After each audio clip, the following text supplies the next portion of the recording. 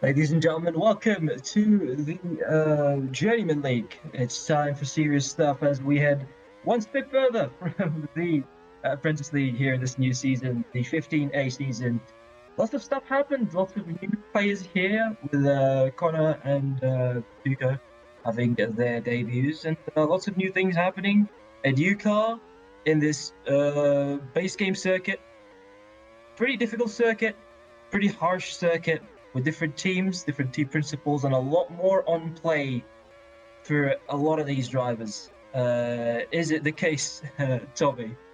Indeed, it is the case. There is way more things to play in Journeyman League than Apprentice League that we just commentated and the win of Comsville there.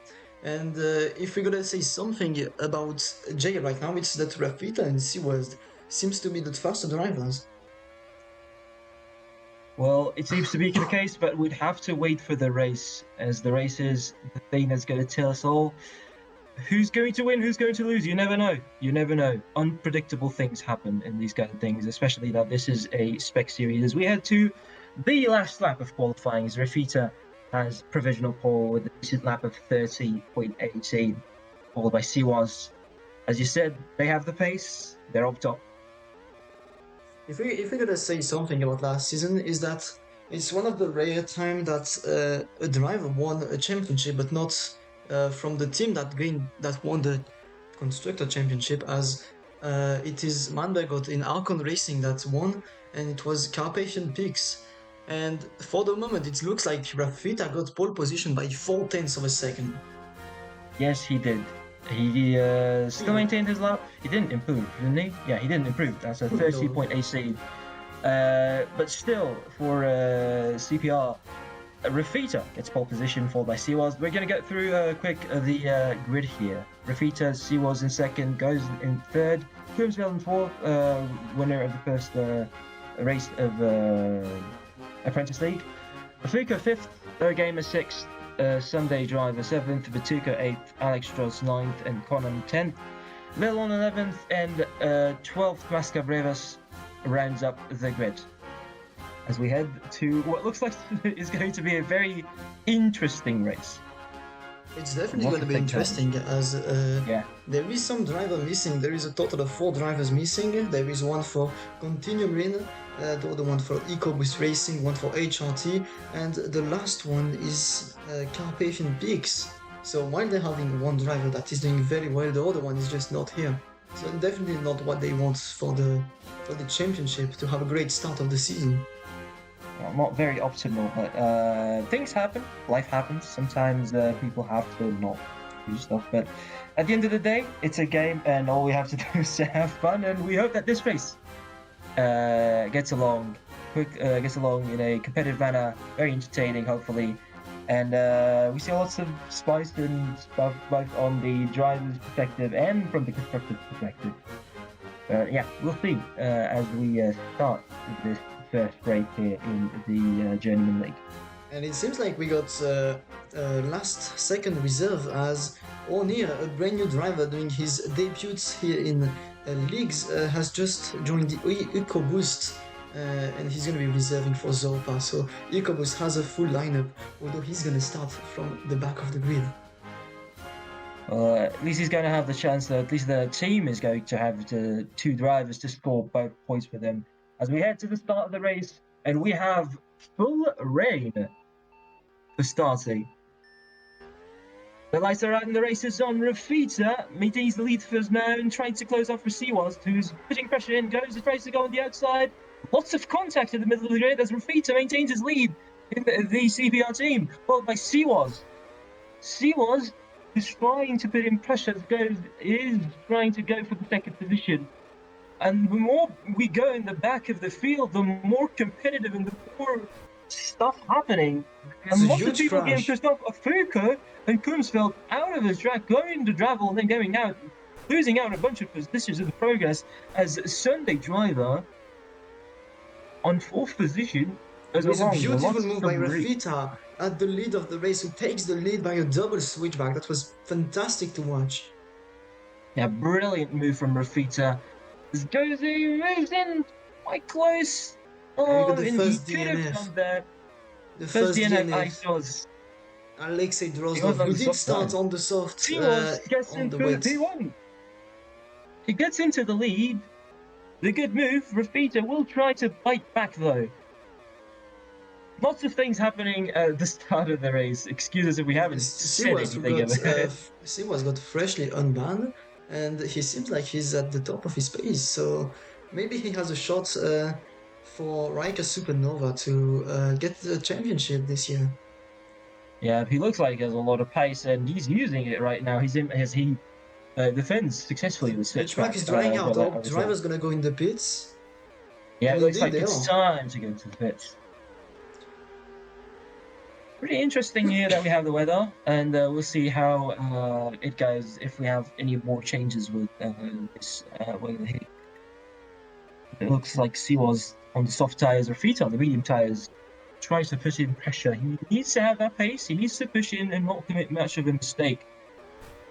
If he wants to have chances, as goes also on the soft tires will be a big threat for P2.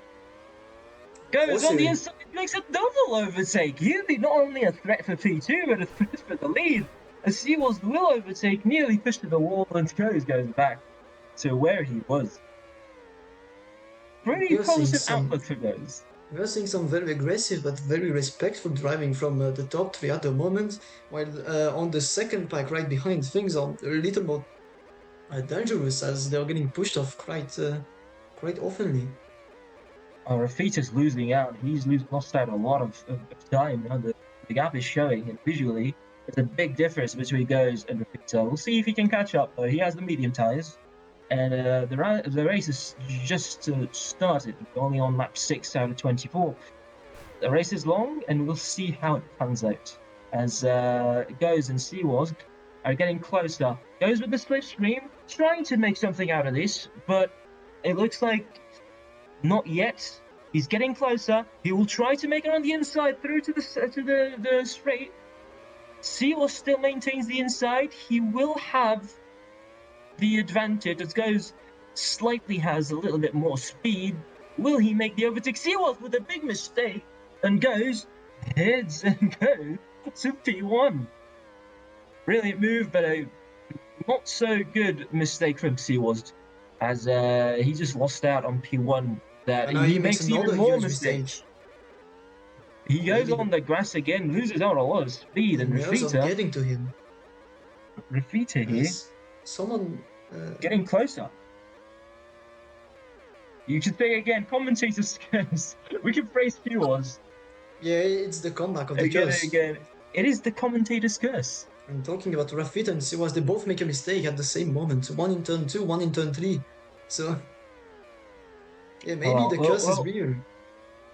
Maybe it is real.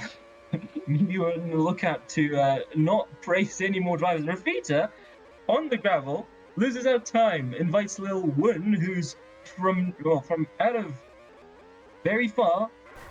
Oh, Lil Wun is like teleporting a lot. We have a marshal on the side of the track. Maybe he's gonna tell Lil Wun if he needs to DNF because it's starting to be a crucial situation. We need to see how this evolves during the race, of course. And for the moment, at the lead, Jose is having a really, really good advantage on Seawest. He passed that second gap. This is what happens when you drive consistently and when you don't make any mistakes. You just capitalize on the others, and then this is what the results show. Goes hasn't made much of a mistake, and now he leads, and they're doing the most for his team. It is pretty well, as we can see these strategies unraveling. The strategies are gonna start to kick in right now. No, not right now. Jose almost went into the pit wall. I thought he was gonna pit, but he's staying out on track. It was nearly rain. You can see there on the bar on the top. It's the dangerous time for driver if they have to pit now, because this is the moment where there is the most probability of rain coming in. So if they pit now and then rain is coming in, then it's gonna be very dangerous for them. That would be a detriment to the people on the medium tires who are banking on a longer stint here on the dries. I would say it's more dangerous for the soft tires because the mediums are going to do 1 to 2 more laps, So if it rains early, then they're going to be aware of it. But not the soft. Talking about the fact that well, if you or Rafita here makes an overtake on Seawaz on the medium tires, and it shows that the soft tires are drifting on. I said that because if it was to be raining right now, which it is not the case, the soft tires, the people on the soft tires would have capitalized on their advantage, benefiting from faster tire compounds. But it wasn't the case. He will try to make it back. However, we know that he will go to the pits as well as And he goes. hits He the will pit wall. use the wall, losing slightly a little bit of speed. And this is the thing that shows goes on soft tires as Seaworth goes on the harder compound tires. So Jose is gonna have one more pit stop. Stewart is gonna go till the end. Maybe the hard tire call was the best, knowing that the hards can definitely do more than 12 laps. So we have to see what will happen for both of them. See which strategy One pays out the stop more. or two stop? That's the big question we have here on terms of And Rafita is in the strategy. pits. As Rafika goes on the pits with the hard tires, It seems like we have a bit of a pack behind. He has the gamer on